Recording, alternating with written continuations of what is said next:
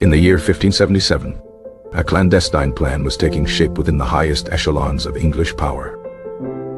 Queen Elizabeth I, ever the shrewd monarch, secretly sanctioned an expedition against the Spanish Empire in the Americas. The official purpose of the voyage was discovery, a clever guise for its true objective: plunder. Francis Drake, a seasoned mariner and privateer with a deep-seated grudge against Spain, was chosen to lead this audacious venture.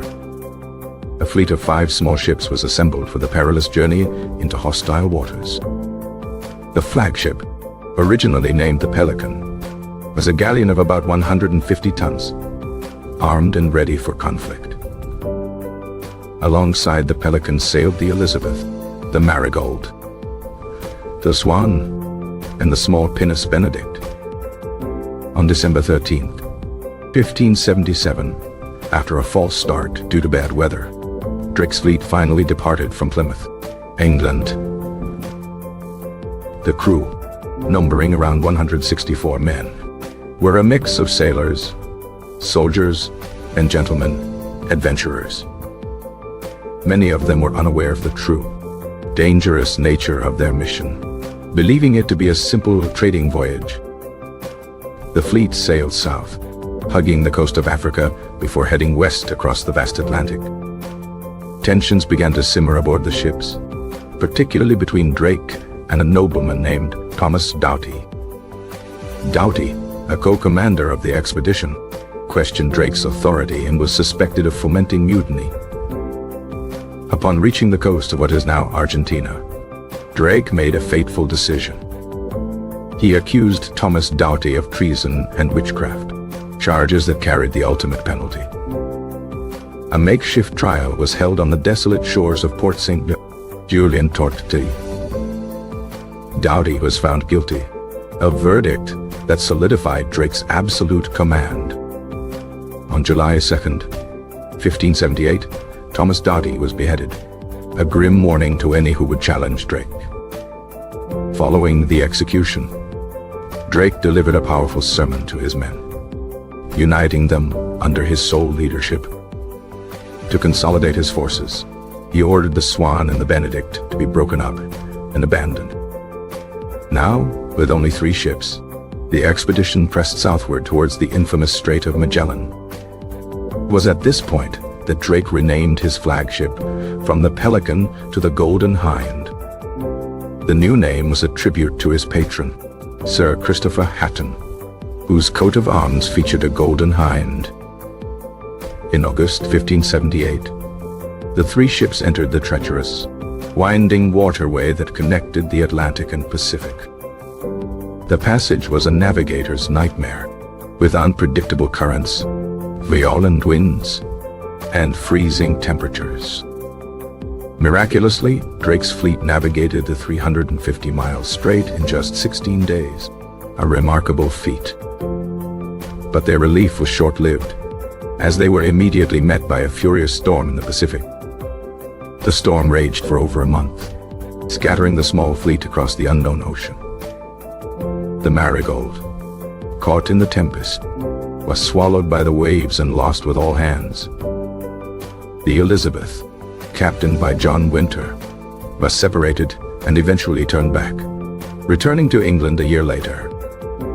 Drake, alone on the Golden Hind, was driven far to the south, to the very edge of the continent. This unintended detour revealed that the Atlantic and Pacific Oceans met in open water below South America. Now with a single ship and a diminished crew, Drake's true mission was about to begin. He turned the Golden Hind north, sailing up the west coast of South America, a region the Spanish considered their private lake. The Spanish settlements along the coast were completely unprepared for an English attack. Drake's first major raid was on the port of Valparaiso, in what is now Chile. They easily captured the town and a Spanish ship laden with wine and gold. The news of the English pirate, known as El Drac, began to spread like wildfire. Drake continued his audacious journey northward, raiding ports and capturing ships as he went. He learned of a great treasure ship, the Nuestra Señora de la Concepción, sailing from Lima to Panama. The Spanish sailors had nicknamed this ship the Cacafuego, which crudely meant Spitfire. Drake gave chase, promising a gold chain to the first man who spotted the prize. On March 1579, the Golden Hind caught up with the unsuspecting treasure galleon. The Spanish captain, San Juan de Anton, thought the Golden Hind was a friendly vessel and waited for it. Drake's ship flew Spanish colors as a deceptive tactic to get closer. Once alongside, the Golden Hind fired a warning shot, followed by a volley of cannonballs that tore through the Cacafuego's rigging. The capture was swift and almost bloodless. The Spanish were completely outmaneuvered. The treasure aboard the Cacafuego was beyond their wildest dreams. It took 6 days for Drake's crew to transfer the immense hoard of silver, gold, and jewels. The haul included 26 tons of silver, 13 chests of royal plate, and half a ton of gold. Drake was courteous to the captured Spanish captain, dining with him and showing him the secret commission from the Queen. The Golden Hind was now dangerously overloaded with treasure, sitting low in the water. Returning south was impossible, as Spanish warships would be waiting for him. Drake decided on an incredibly bold plan to continue west, across the Pacific, and circumnavigate the globe. But first, he sailed north, searching for the mythical Northwest Passage that was believed to connect the Pacific and Atlantic. He sailed as far north as modern-day Washington or Oregon, further than any European before him. The weather grew bitterly cold, and the search for the passage proved fruitless. Drake turned south again, seeking a safe harbor to repair the Golden Hind before the Trans-Pacific voyage. In June 1579, he found a suitable bay, likely near present-day San Francisco. He claimed the land for Queen Elizabeth I, naming it Nova Albion or New England. The local inhabitants, the Coast Miwok people, were initially wary of the strange visitors. However, peaceful relations were soon established between Drake's crew and the native people. The Miwok seemed to regard the Englishmen as gods, performing ceremonies and offering them gifts. The crew spent 5 weeks in Nova Albion, repairing their ship and restocking supplies. Before leaving, Drake left a brass plate to commemorate his visit and claim the territory. In late July 1579, the Golden Hind, now seaworthy again, set sail into the vast, empty expanse of the Pacific Ocean. For 68 days, they sailed west without sight of land. The journey was long and monotonous, a true test of the crew's endurance. Finally, they reached the islands of the Philippines and then turned south towards the Spice Islands. Drake's goal was the Moluccas, the fabled source of the world's most valuable spices, like cloves and nutmeg. He skillfully navigated through treacherous reefs and islands, eventually reaching the island of Ternate. There, he was welcomed by the Sultan Babula, who was an enemy of the Portuguese. Drake and the Sultan formed an alliance, establishing a trade agreement that was highly beneficial to England. The Golden Hind was loaded with 6 tons of precious cloves, a treasure nearly as valuable as the Spanish gold. His ship now laden with both Spanish silver and exotic spices, Drake began the final leg of his journey home. But disaster nearly struck in January 1580, while navigating the waters near Indonesia. The Golden Hind became stuck fast on a submerged coral reef, and it seemed all was lost. For 20 hours, the ship was battered by the waves, in imminent danger of breaking apart. Drake ordered the crew to lighten the ship, forcing them to jettison cargo. Miraculously, as the tide changed and the wind shifted, the Golden Hind slipped off the reef and back into deep water. The ship was damaged but still afloat, its incredible luck holding once again. After making repairs, Drake crossed the vast Indian Ocean, a long and arduous passage. He rounded the Cape of Good Hope at the southern tip of Africa in June 1580. Final stretch up the coast of Africa and towards England was now ahead of them.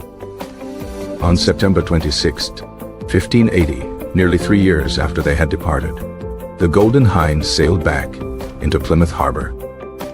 Of the original 164 men and 5 ships, only 59 men and 1 ship had completed the circumnavigation. Drake was initially unsure of his reception, fearing the Queen might disavow his actions to appease Spain. However, the treasure he brought back was so immense that any political fallout was secondary. The value of the treasure was estimated to be more than double the entire annual revenue of the English crown. It effectively paid off England's national debt and funded a new era of English sea power. King Philip II of Spain was furious, demanding the return of his treasure and the execution of the pirate Drake.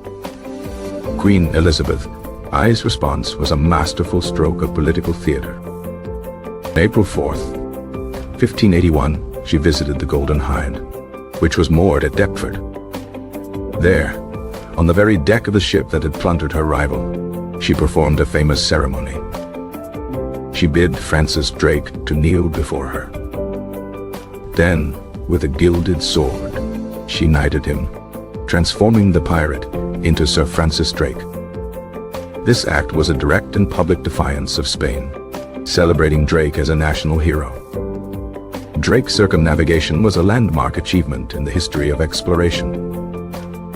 He was the first captain to complete the voyage from start to finish, as Magellan had died en route. The journey drastically expanded European knowledge of the world's geography. It shattered Spain's monopoly on the Pacific Ocean, opening the door for other European powers.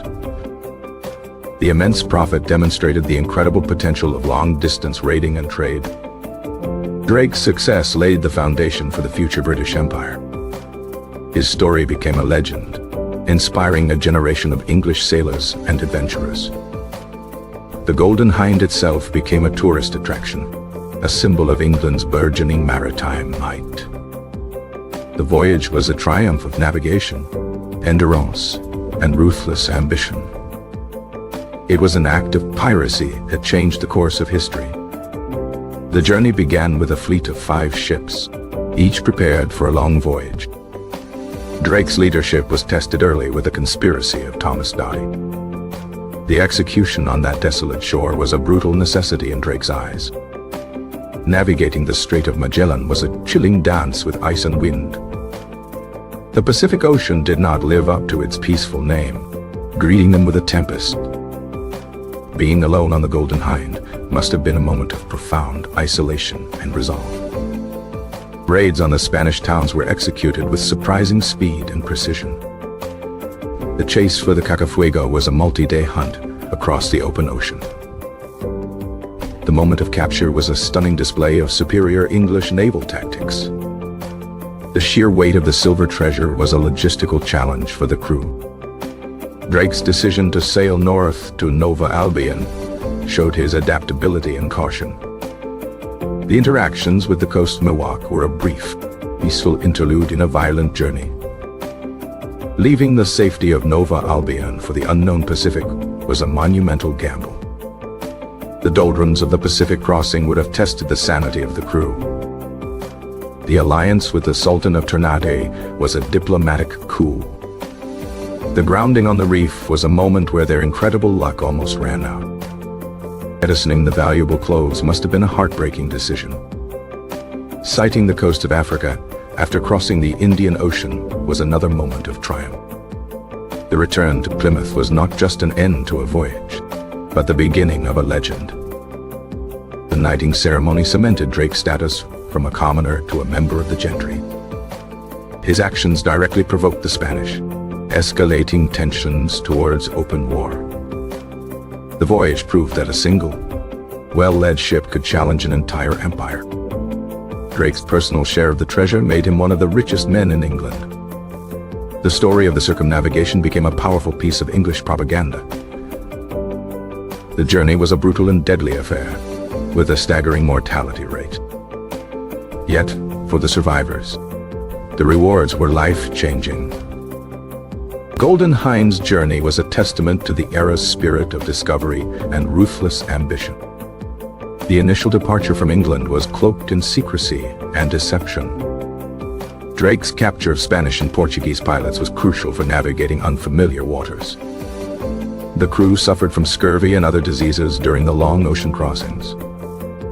The discovery of open sea south of Tierra del Fuego, now called the Drake Passage, was a major geographical revelation. Drake often used psychological warfare, building a fearsome reputation to make his enemies surrender without a fight. The treasure from the Cacafuego was so vast, it reportedly took the entire crew to row the overloaded longboats back to the Golden Hind. The careening of the Golden Hind in Nova Albion was a month-long, labor-intensive process.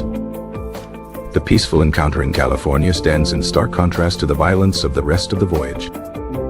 68-day Pacific crossing with no land in sight was an unprecedented feat of open ocean navigation. The trade for cloves in the Moluccas was a crucial economic success for the expedition. The survival from the reef was attributed by the crew to divine providence. The final return journey saw the crew rationing their remaining fresh water and food. The impact on England's economy was immediate and profound, sparking an investment boom. Sir Francis Drake's legacy is complex. He was a hero to the English, but a monster to the Spanish.